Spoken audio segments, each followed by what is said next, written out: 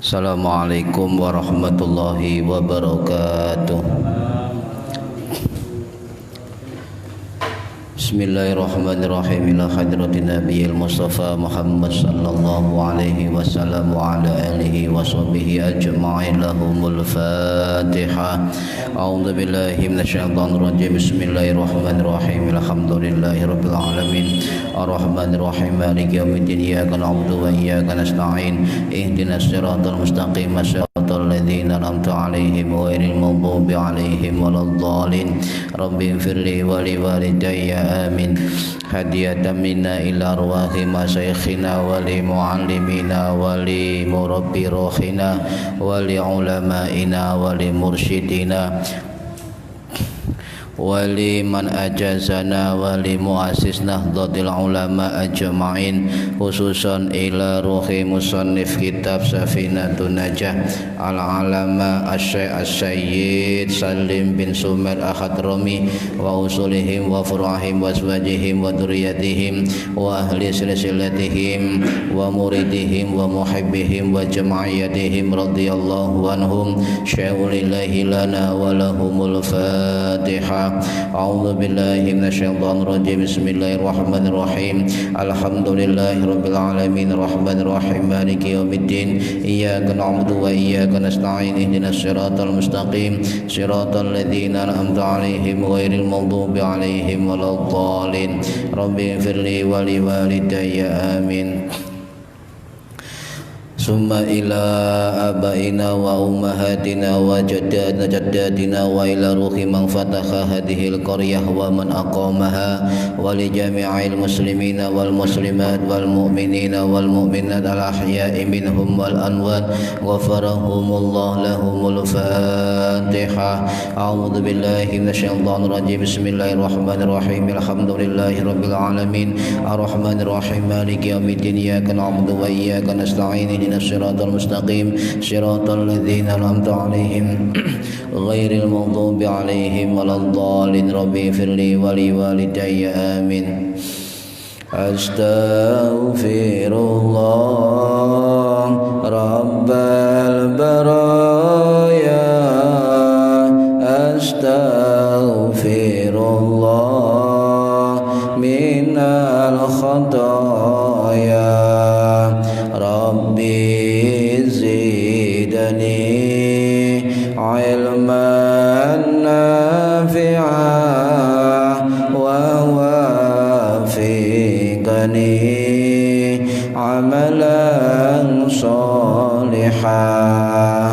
Tambah suwe awak tambah tua, tambah suwe umur tambah sudah, tambah dunya lali sing kuwasa, tambah dosa mlebu neraka. Astaghfirullah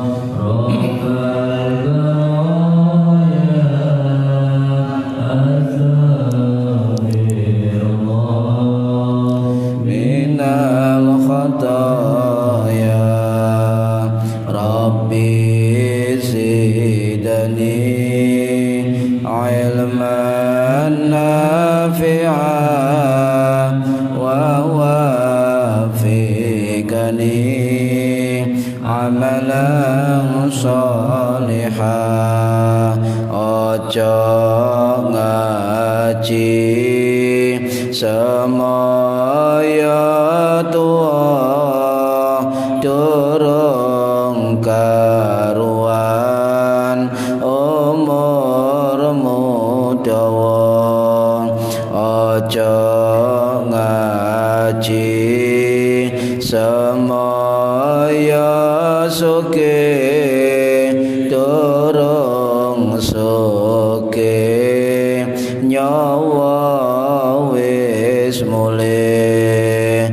Astaghfirullah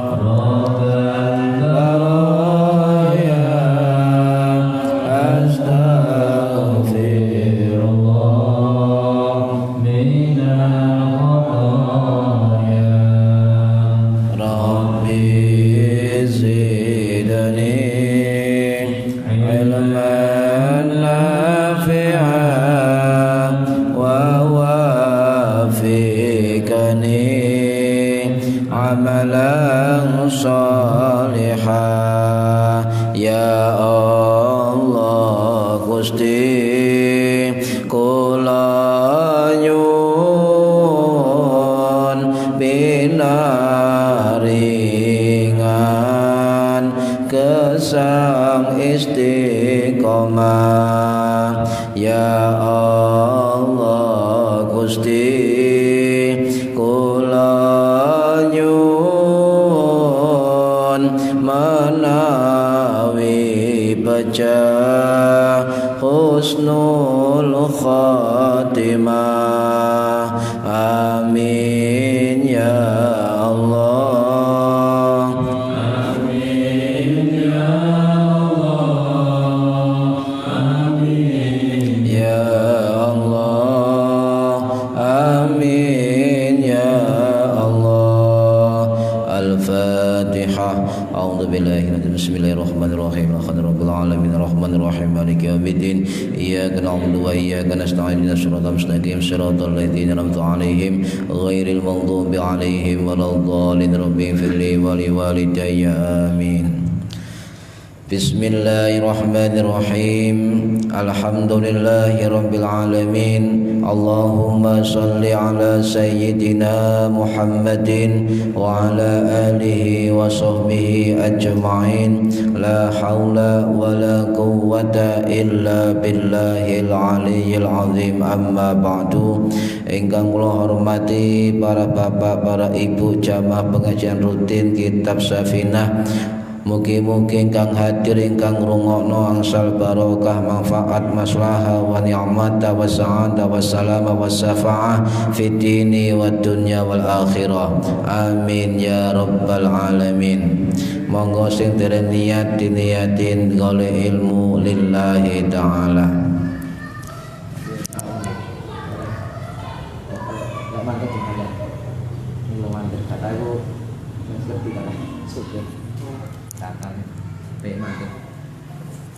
Boten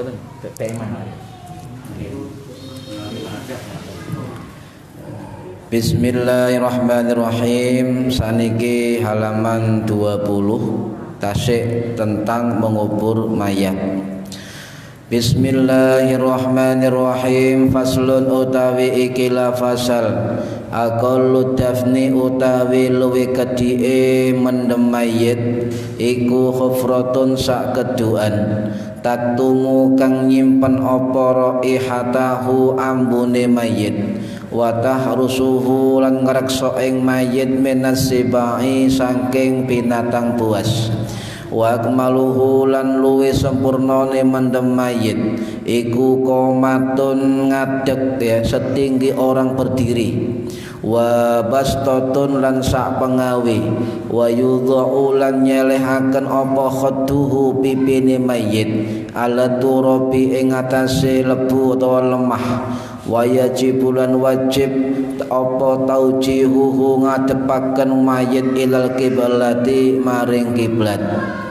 Para bapak, para hadirin ingkang minulya, ya niki tasik tentang bagaimana cara atau tentang mengubur mayat. Ya.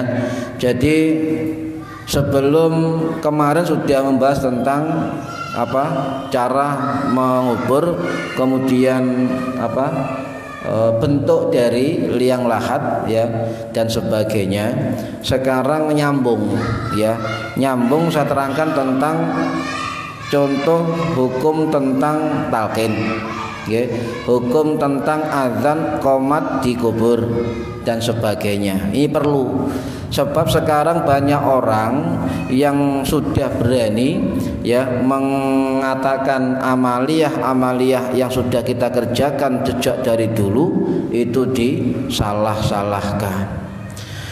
Bapak Ibu yang kami hormati, nah sebelum bahas ini ada satu sunnah yang perlu saya sebutkan. Ketika kita mengusung mayat ya, mengusung keranda mayat, itu sunnahnya adalah dengan mengusung metode tarbiyah. Apa tarbiyah itu?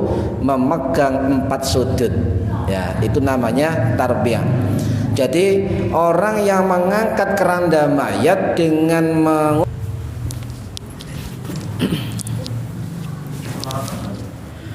para bapak paling kau hormati, kalau baleni nggih.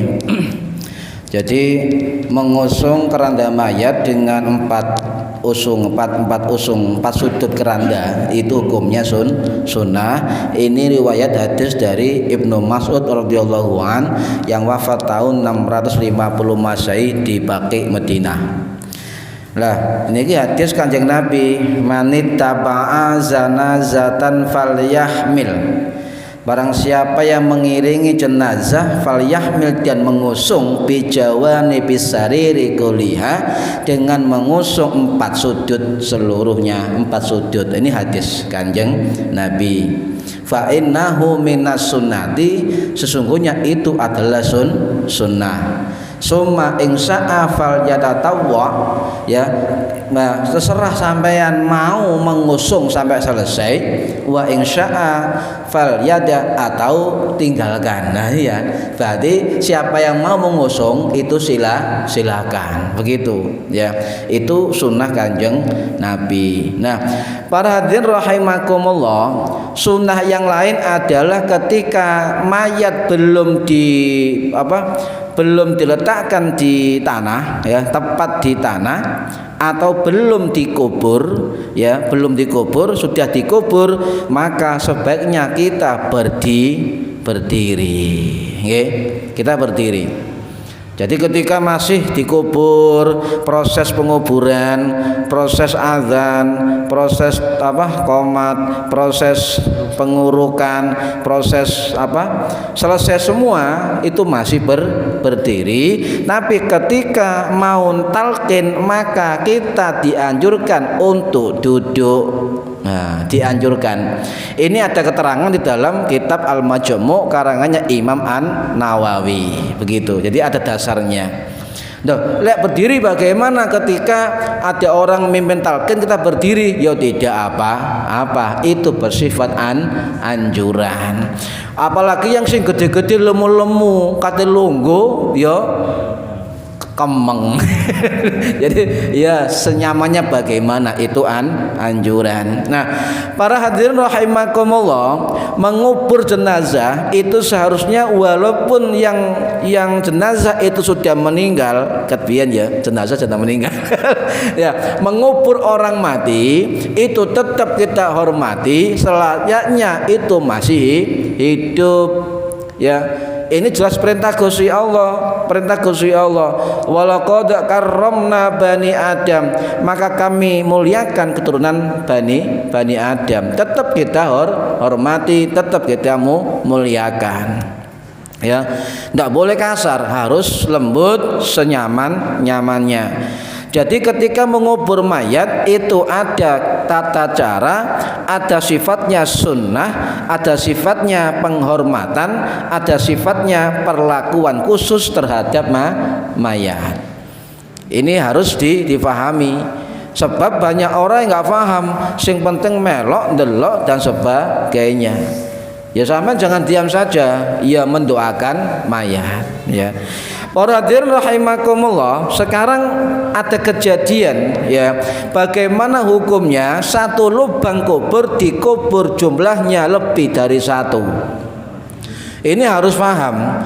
Ya sekarang memang di sini nggak ada, tapi daerah luar Jawa yang tertimpa tsunami, tertimpa perang, tertimpa longsor dan sebagainya, itu kebanyakan dipendem dengan satu lubang banyak jenazah. Ini bagaimana hukumnya?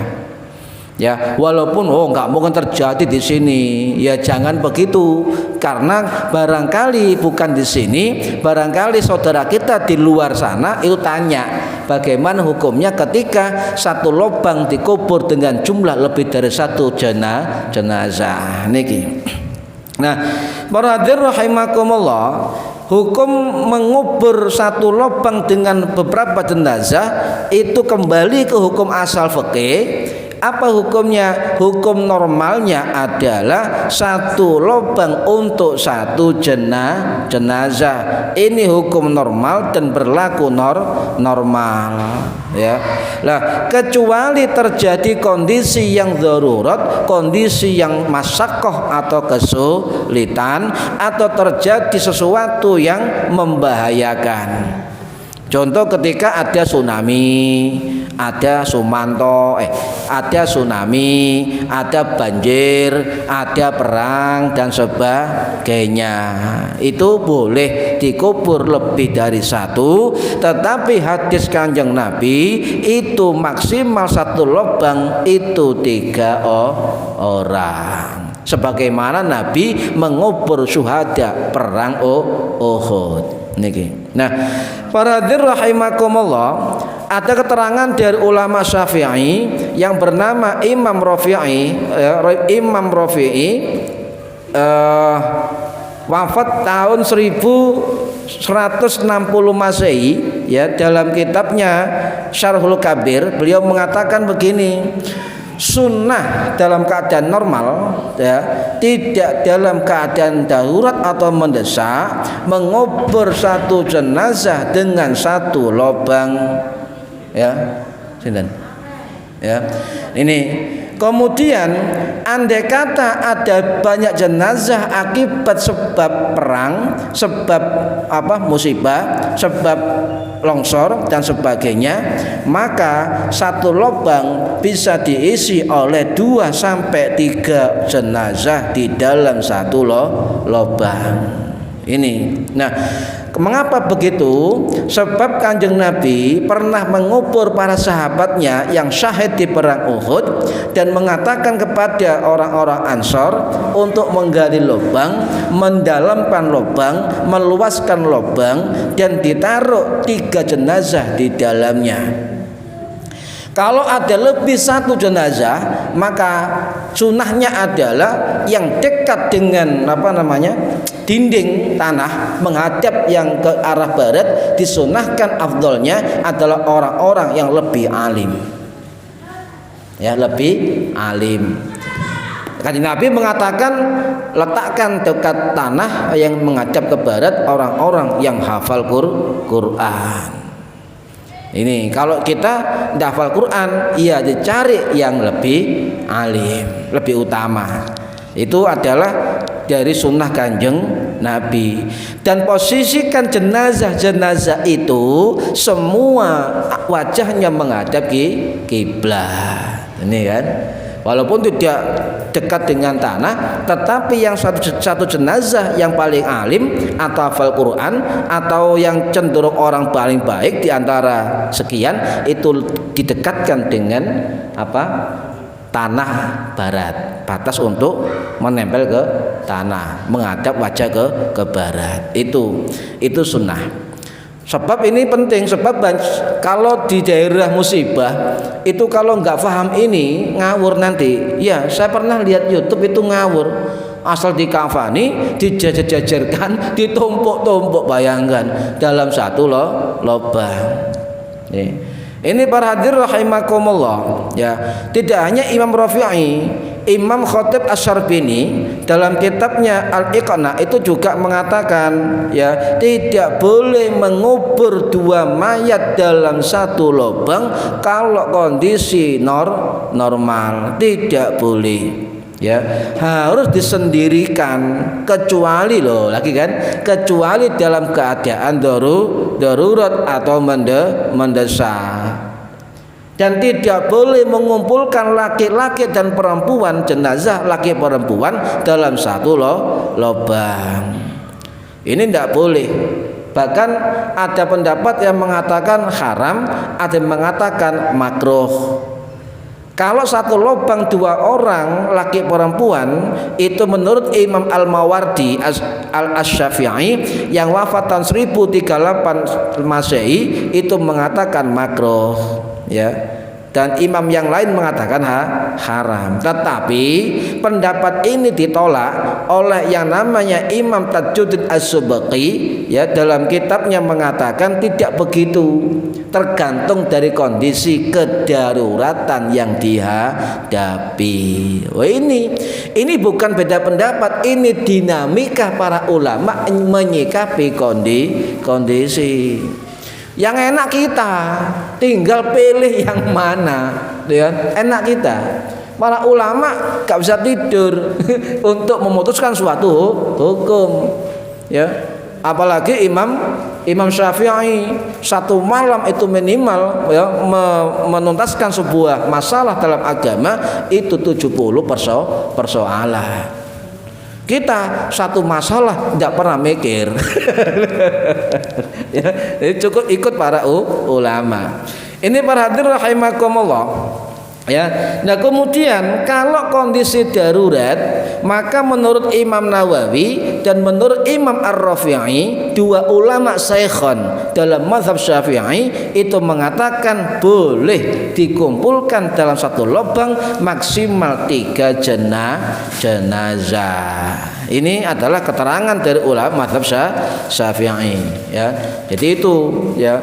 Tapi cara-cara tetap seperti biasanya, bagaimana cara memendam mayit. Nah, para hadirin rahimakumullah, walaupun kondisi mendesak, ada pendapat dari ulama yang namanya Imam Al-Hajjawi, ulama yang meninggal pada tahun 1560 Masehi. Beliau mengatakan walaupun kondisinya boleh di dalam keadaan darurat, tetapi kita lihat seberapa besar tingkat kedaruratannya. Kalau masih bisa disendirikan nguburnya, ya lebih baik disendirikan. Tetapi kalau kondisi daruratnya memang sangat darurat dan itu sulit sekali melakukan satu lubang satu orang, maka dianjurkan untuk mengubur satu lubang maksimal 3 orang. Paham ya? Ini yang penting adalah paham, ya, paham.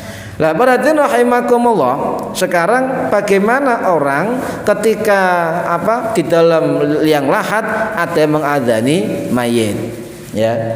Kita tidak usah lihat mazhab lain. Mazhab Hanafi, mazhab Maliki, mazhab Hambali mengatakan tidak disyariatkan, ya. Tidak ada hadis yang spesifik yang melakukan tentang dalil tentang adzan di dalam kubur, ya. Kalau tukang adzannya masuk kubur ya nggak apa-apa, tukang adzan, tapi nggak adzan. Muadzin masuk kubur apa? Ini maksudnya adalah adzan untuk mayit. Nah, para hadirin rahimakumullah, setelah diletakkan di liang lahat, kemudian kain kafan talinya dibuka, ya, mukanya diwajibkan ke barat, kemudian dikumandangkan adzan. Ini. Nah, kalau bicara 3 mazhab yang lain memang tidak menganjurkan, bahkan dia mengatakan itu tidak boleh. Bahkan kelompok lain mengatakan bid'ah. Ya silakan, memang betul tidak ada dalil spesifik.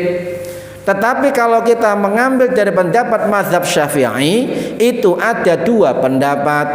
Hukum ngadzani mayit ada 2 pendapat. Yang pertama kelompok ulama Syafi'i yang mengatakan tidak sunnah, ya, sebab tidak ada dalil spesifik dan tidak ada sesuatu pun yang menjadi dasar untuk mengadzani mayit.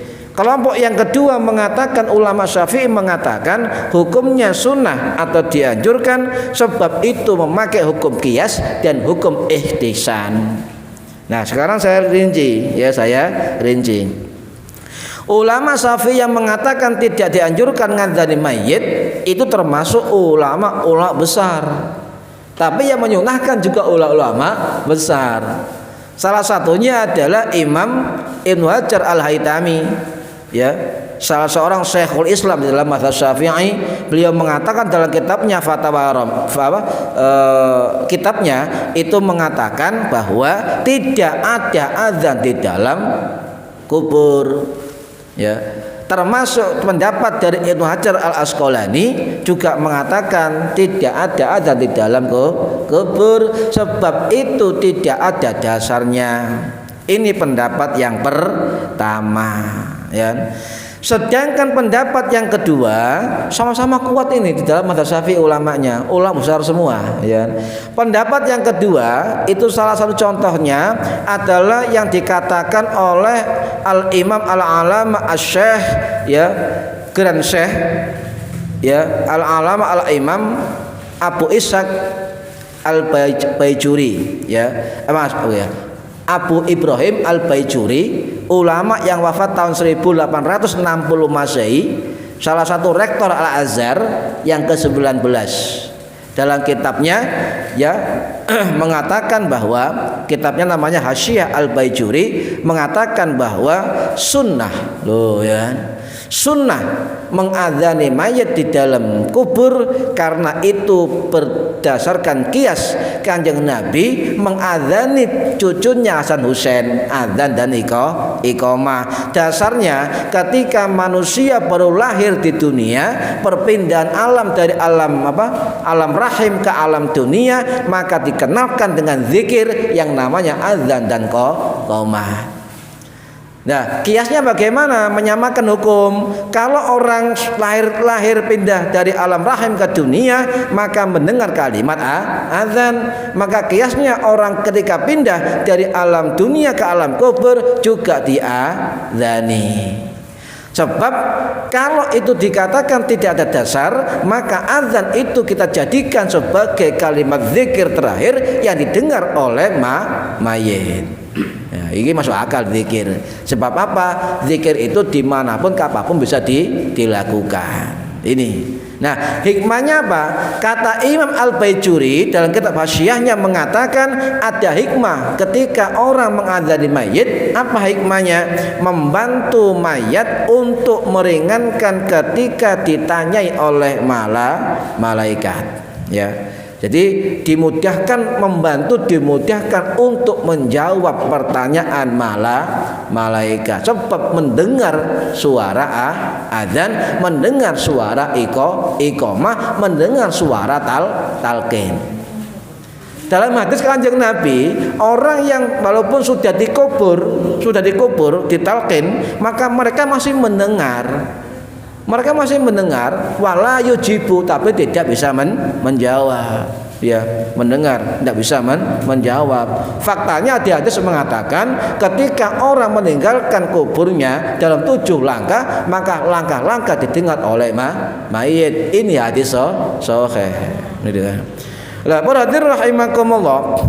Pendapat ulama Syafi'i yang lain tidak hanya Imam Al-Baijuri, ada juga pendapat menyunahkan, membolehkan dari Imam Syamsuddin Al-Hamawi Asy-Syafi'i, ulama besar Syafi'i yang wafat tahun 1623 Masehi. Termasuk juga pendapat ulama Syafi'i yang namanya Syekh Muhibbi Al-Muhibbi yang wafat tahun 1699 Masehi dalam kitab Al-Khulasatul Athar. Itu ada, boleh. Bahkan di dalam kitab ensiklopedi fikih terbesar ya 50 jilid namanya kitab Al-Mawsu' Al-Fiqhiyah Al-Quwadiyah, itu ada keterangan sebagian dari mazhab Syafi'i atau ulama mazhab Syafi'i itu azan disunahkan selain untuk sholat disunahkan. Sebab apa? Azan juga bisa menghilangkan kesusahan. Iya. Coba jenengan kira-kira tahu azan untuk apa? Azan selain azan sholat, kira-kira untuk apa? Yang tahu? Untuk angin, badai, kemudian hujan, terus hujan terus pakai angin. Kemudian apa lagi? Petir.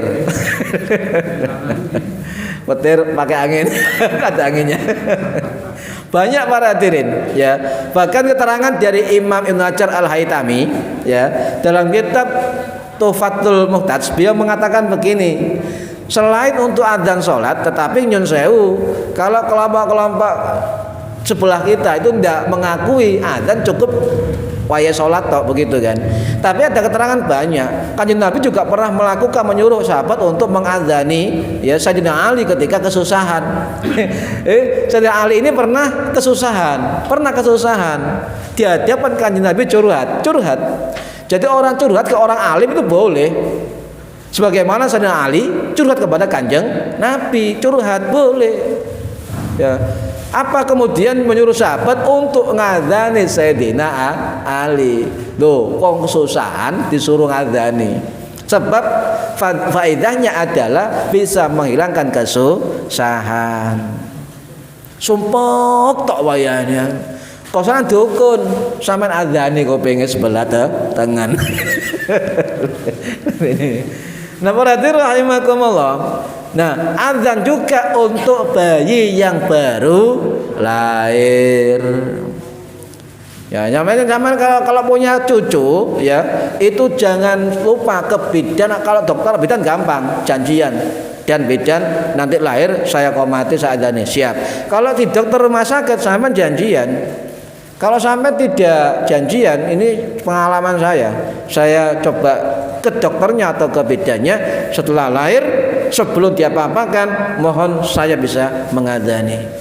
Kemudian disuruh konten di sini, Pak tunggu sini.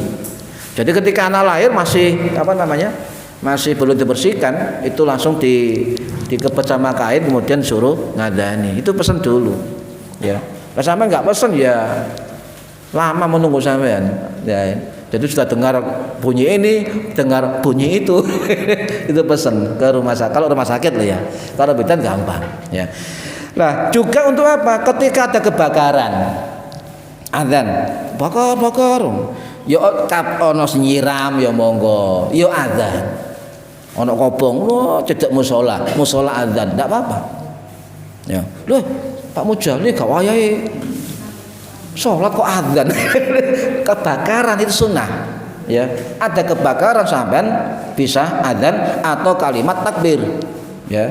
Bisa juga adzan digunakan ketika ada angin besar, ada lesus, badai, itu pakai adzan. Jangan kalau misalnya buktikan ketika ada angin besar sekali, bukan anginan ya, angin besar, sampean menghadap ke barat, sampean adzan. Ya, insya Allah akan berhenti. Leka berhenti, sampean nggak mandi. Ya berarti sampean belum mandi besar, masih junub. Nah kemudian untuk apa lagi adzan? Ya ketika perang, ya serdadu atau pasukan berdesakan mau maju perang, adzan. Bahkan Pangeran Sedayu itu ketika perang selalu adzan. Ini adalah Pangeran Sedayu. Itu ketika mau perang pasti adzan dulu. Ya, karena apa? Memang itu dianjurkan ketika mau perang atau pasukan berhadapan-hadapan itu adzan. Apalagi orang kesurupan, orang kejinan, ya, sampean adzani. Ya, sampean adzani. Sampean ambil wudu dulu, kemudian sampean baca ayat kursi 1 kali. Kemudian sampai pegang tekuk-tekukannya tubuhnya, sampai pegang gini ya, ininya ya, tekuk-tekukan gini, jangan di sini bahaya, sini, atau jempol kaki yang tekukan, sampai pegang keras dengan apa, kemudian telinganya sampai adzani, kayak biasanya, tapi coba banter, yang didengar oleh yang ini, itu pernah terjadi seperti itu, ya, itu. Kemudian apalagi adzan ketika sampai tersesat di jalan atau di hutan, itu juga bisa adzan. Bisa kan? Karena ada ulama tabi'in itu ketika kesasar adzan, tiba-tiba ada jalur yang bisa dilewati. Apalagi adzan ketika sampai marah sampean, ya selain duduk, selain wudu ya kan, selain sampean adzan. Bu, lek bapak yang ngamuk-ngamuk sampean adzani. Tak adzani loh Pak, gitu ya. Diadzani. Boleh. Ya, itu. Apalagi kalau ada orang marah, orang yang perangainya buruk atau hewan yang memang mengganggu dan kemudian mau dijinakkan, maka telinganya sampean adzani, telinga kiri sampean kok mati. Loh bisa. Ini banyak riwayat begitu. Banyak. bahkan puluhan ya fungsi adzan terhadap sesuatu itu banyak ya.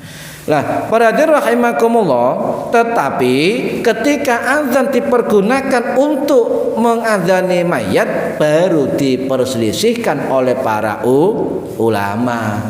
Ada yang sunnah, ada yang tidak sunnah ya. Ini perlu. Nah, kita ambil yang mana? Ambil yang sunnah. Sebab ini tradisi dari orang-orang ulama-ulama kita terdahulu, dan ini merupakan diambil oleh majelis tahkim para habaib, juga mengambil pendapat sunnah mengadzani mayat. Ya. Sudah, kita ikut saja para ulama ya. Kita boleh untuk mengadakan azan ketika terhadap mayat di dalam kubur. Nah, para hadirin rahimakumullah, mengapa demikian? Sebab ada hadis yang mengatakan ya, la yazalul mayyitu yasma'ul adzan ma lam yutayyan qabrahu. Apa artinya? Ya, mayit itu masih mendengar azan selama kuburnya belum diplester atau belum dirapikan, belum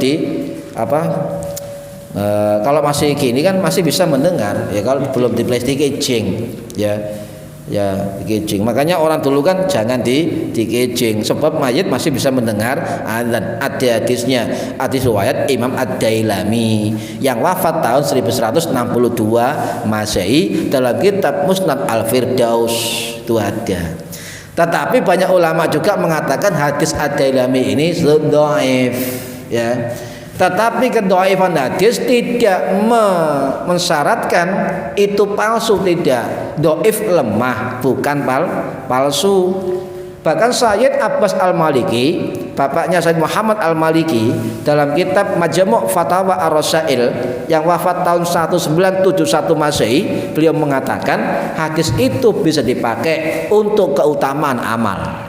Ya, keutamaan amal. Lah, para hadirin rahimakumullah, enggak ada para ulama yang mengadzani mayit. Oh, bentar. Saya akan ceritakan 3 riwayat ulama yang pertama kali melakukan adzan di kubur. Ini ada sejarahnya. 1, ada ulama yang namanya Imam Ali bin Husain Al-Isobi Al-Yamani yang wafat tahun 1257 Masehi. Ya, beliau ahli fikih, ahli hadis, ahli usul fikih di Yaman pada zamannya. Beliau yang pertama kali menganjurkan azan terhadap orang-orang yang dimasukkan ke liang lahat.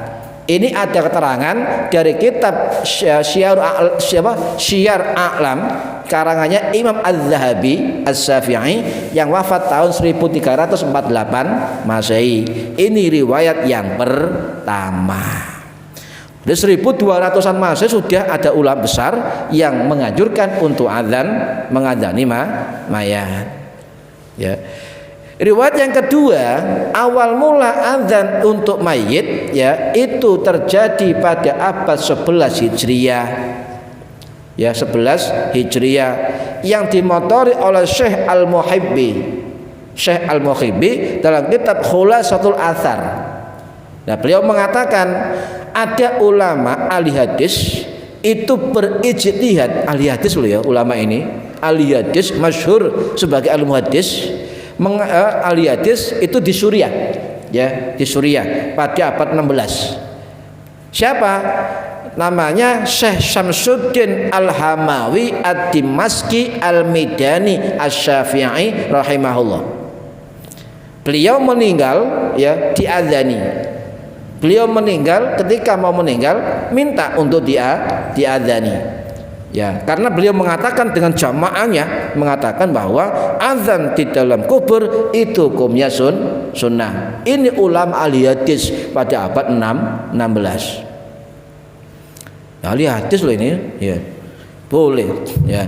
Nah, ini ada riwayat yang lain. Kalau sampai tidak menemukan namanya siapa tadi Al-Hamawi, Imam Al-Hamawi, di dalam kitab lain beliau berjuluk Imam Ibnu Nasiruddin Asy-Syafi'i. Ini kalau enggak, ini beliau seorang al-alama, seorang al-muakhir. Bahkan dia mendapat gelar al-mu'arrikhud diyar asy-syamiyah. Apa itu? ulama pakar sejarah di Syam.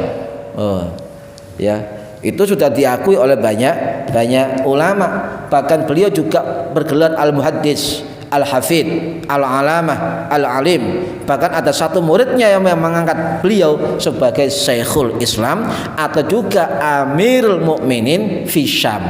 Hadis. Amirul Mukminin fil hadis di negara Syam. Nah, ini harus jelas. Logika kita ulama itu sebesar itu kok ya, menyuruh atau menghukumi azan di kubur sebagai sunnah. Sebab ada juga mengazani mayat dalam kubur itu tradisi di Hadramaut. Ya, tradisi di Hadramaut Yaman. Para habaib, para sayyid, para syarif itu biasa dilakukan. Ya, dilakukan. Yang pertama kali di Hadramaut yang memerintahkan azan sunnah ketika mengazani mayat adalah pada abad 12 Masehi. Ya. Nah, itu mengatakan siapa? Di dalam kitab Lu'lu'iyah fi Tarikh Daulah Rasuliyah karangannya Imam Abu Zaid Al-Farisi Az-Zabrani Al-Yamani pada abad 12 beliau mengatakan bahwa azan untuk mayit dikubur itu hukumnya sunnah. Mengapa? Beliau mengatakan dalam kitabnya memakai dalil qiyas juga memakai dalil istihsan. Apa itu istihsan? Memandang itu baik menurut syariat Islam. Itu istihsan. Ya. Jadi di alam rahim pindah ke alam dunia diadzani, kemudian dikiaskan, ya pindah dari alam dunia ke alam kubur juga diadzani. Ya. Terakhir ulama dulu, enggak. Sekarang ada ulama yang meninggal barusan 1993 Masehi.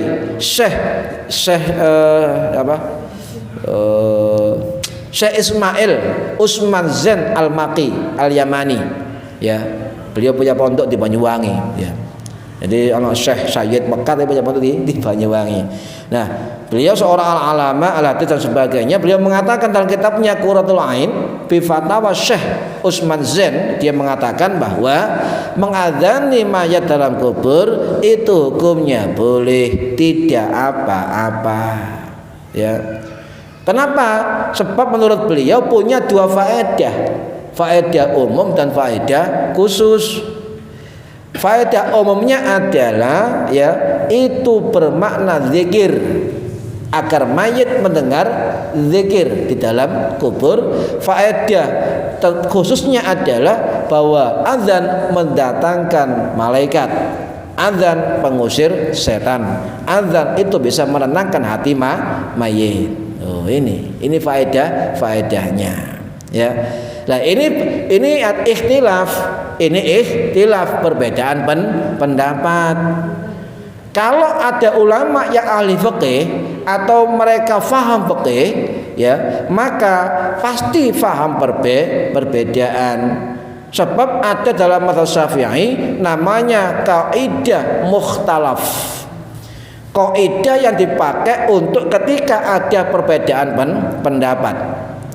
Salah satunya adalah dalam kitab Al-Asabah wan Nadzair karangannya Imam Jalaluddin As-Suyuti rahimahullah yang wafat tahun 1505 Masehi di Mesir. Beliau mengatakan dalam kitabnya ada kaidah yang berbunyi la yungkarul mukhtalafu fihi, tidak boleh mengingkari ketika masih dalam perselisihan pendapat. Loh, ini kaidah fikih. Kaidah fikih. Tidak boleh. Kalau itu masih perselisihan para ulama tentang hukumnya, tidak boleh ulama atau kita itu mengatakan salah atau benar. Kalau kita belajar fikih. Ini hadirin rahimakumullah, ya. Nah, terakhir ya, baca talqin mayit, ya, talqin mayit. Kalau di dalam ngurus jenazah itu ada dua talqin. Ya, talqin sebelum meninggal atau dalam keadaan sakaratul maut, ya. Ya, sampai kalau nalqin ya jangan cepat-cepat. Pak, sebut Pak. La ilaha illallah, la ilaha illallah, la ilaha. Ya munting mayit e mangke. Wis sampean pelan-pelan ya. La ilaha. Sing jelas illallah. Ya. Sampean enggak usah kemudian Pak krungu Pak. Oh, enggak usah. Pasti krungu. Ya pasti krungu, enggak usah kemudian jawaban Pak. Ya aja. Sebut saja terus, pasti dengar, ya pasti dengar. Jangan sampai ketika orang sakaratul maut itu waktunya terbuang, ya percuma. Sebab setan pasti datang untuk membujuk dan menggoda orang yang akan meninggal dunia. Isi dengan talqin, ya isi dengan surat Yasin, isi dengan zikir-zikir yang lain. Jangan sampai kosong, ya. Ini lah talqin yang kedua adalah talqin ketika setelah dikuburkan. Ada dua talqin, ya. Biasanya sinten Pak Mudin, ya. Lah talqin itu apa? Talqin itu bisa bermakna taklim, mengajarkan, ya, mengajarkan, membimbing, menuntun, ya. Itu menuntun agar mayit mendengar apa nanti ditanya oleh malaikat. Talqin dari masdar laqona, ya, yulaqinu talqinan. Jadi artinya adalah membimbing, mendikte, menuntun, memahamkan, mengajari. Itu namanya talqin. Nah, talqin ini para hadirin itu juga beda pendapat. Ada 3 hukum. Hukum sunnah, hukum mubah, dan hukum makruh. Tidak ada ulama satupun yang mengatakan haram, ya. Loh, kalau bid'ah bukan hukum itu. Hukum cuma 5, ya kan? Wajib, sunnah, makruh, mubah, haram, sudah. Tidak ada hukum bid'ah. Tidak ada hukum bid'ah dalam fikih, ya. Nah, itu hukum. Nah, bagaimana pendapat? Mayoritas ulama mengatakan nalkin mayit setelah kubur itu hukumnya sunnah. Ya, sebagian besar dari mazhab Syafi'i sunnah. Sebagian besar dari mazhab Maliki sunnah. Mazhab Syafi'i sunnah. Mazhab Hambali sunnah. Mayoritas hukumnya sunnah. Bohong kalau ada orang mengatakan yang sunnah hanya mazhab Syafi'i. Tidak. Mazhab Hanafi, mazhab Maliki sebagian ulamanya dan juga mazhab Hambali juga menghukumi sunnah mentalkin mayit setelah dikubur. Saya buktikan dengan kitab-kitab para ulamanya nanti. Jam lagi. Oh, sore. Wis ngantuk ya. Tapi ngantuk barokah, untuk ngaji. Ada hukum makruh. Makruh siapa? Sebagian kecil dari mazhab Maliki. Ada mengatakan mubah, boleh. Sebagian kecil dari mazhab Hanafi. Loh, berarti apa?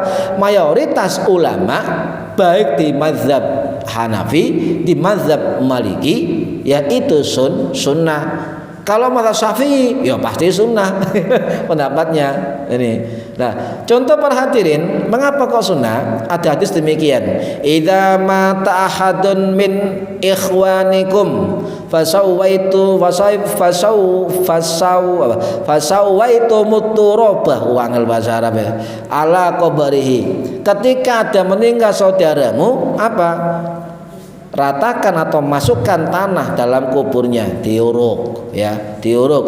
Setelah selesai, falyakum ahadukum ala rasi qabrihi, maka berdirilah salah satu dari kamu di sekitar kepala mayit kubur. Tsumma liyaqul, kemudian katakanlah ya fulan bin fulan. Doh, ini talqin, ya, talqin.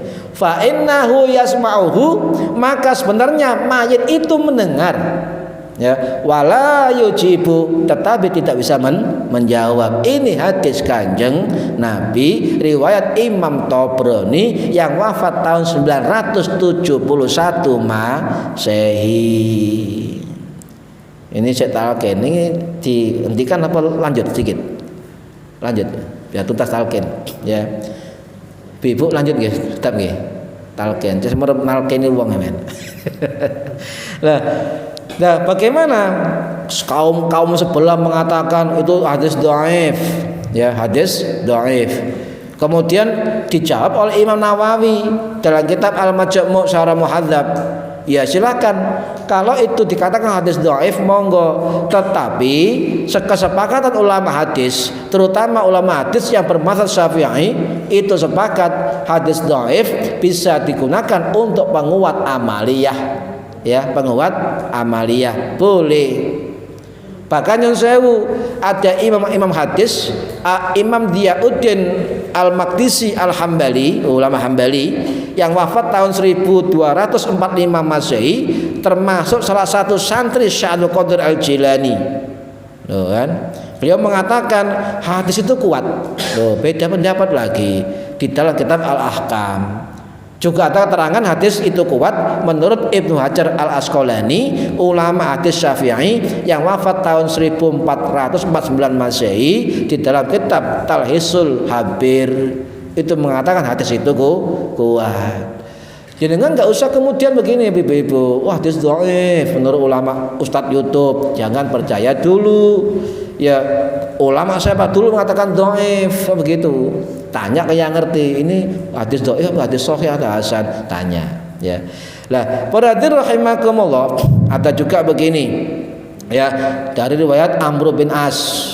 Faida tafantumuni fasunnu ala turabi sana. Ketika dia sebelum meninggal berpesan, ketika sudah memendam mayitku gitu. Sahabat Amr bin As radhiyallahu an, fasunnu ala turab, maka masukkan tanah ke dalamnya. Ini maksudnya diuruk ya. Summa aqimu, maka berdirilah haula kubri, sekitar kuburku ya, qadara ma tunhiru jazurun wa yaqsamu lahmuha. Berdiri sekiranya orang nyembelih unta dan membagikan dagingnya. Loh, kira-kira suwe enggak? Ya, qadara matun kharu jazurun, sekiranya ya orang nyembelih unta wa yuqsamu membagikan dagingnya. Coba nyembelih sampai bagi daging. Ya lama, ya kan? Lama hatta asta'nisa bikum wa indura madza arba'u bihi rasulu rabbi, ya sehingga saya nanti merasa nyaman. Loh, ini sahabat, saya nanti merasa nyaman ketika ada orang yang berdiri dan mengatakan sesuatu, sehingga saya tahu apa yang akan ditanyai oleh utusan Tuhanku malaikat. Ini hadis siapa? Hadis Imam Muslim. Yo silakan, hadis tadi dhaif, tapi ini hadis sahih. Ini kan.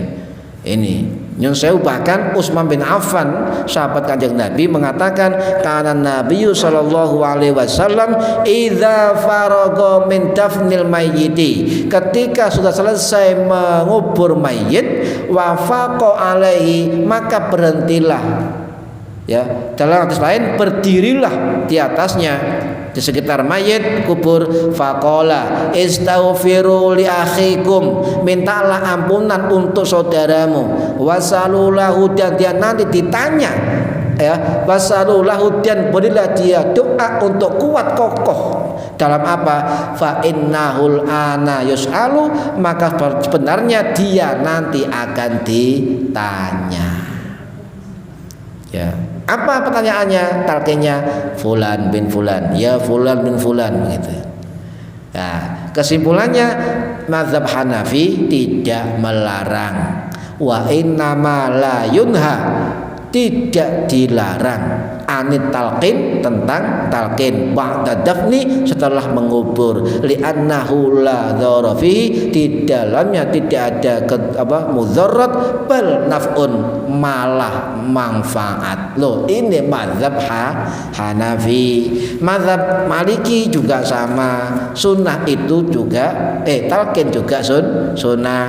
ya sunnah. Mazhab Hambali juga sama. Dalam kitab Imam Al-Buhuti Al-Hambali juga mengatakan wa sunnah talqinuhu ail mayyiti ba'da dafni indal qabri. Itu ulama Hambali, ya, sunnah talqin terakhir.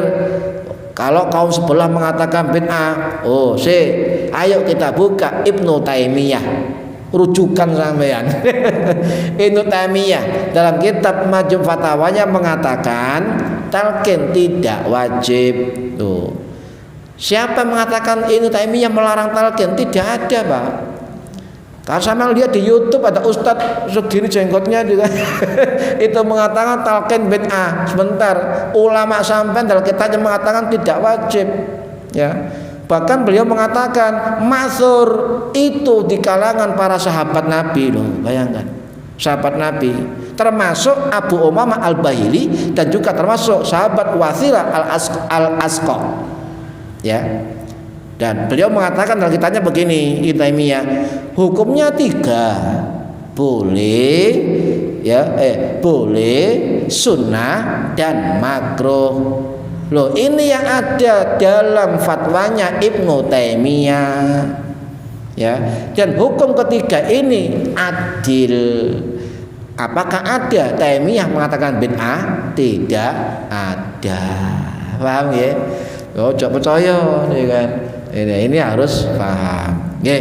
Mungkin manfaat. Jadi intinya pendapat yang paling kuat, hukum mentalkin mayit sesudah dikubur hukumnya sunnah. Wis gak usah ragu-ragu, ya, yakin ini amaliyah yang disunahkan oleh mayoritas para ulama.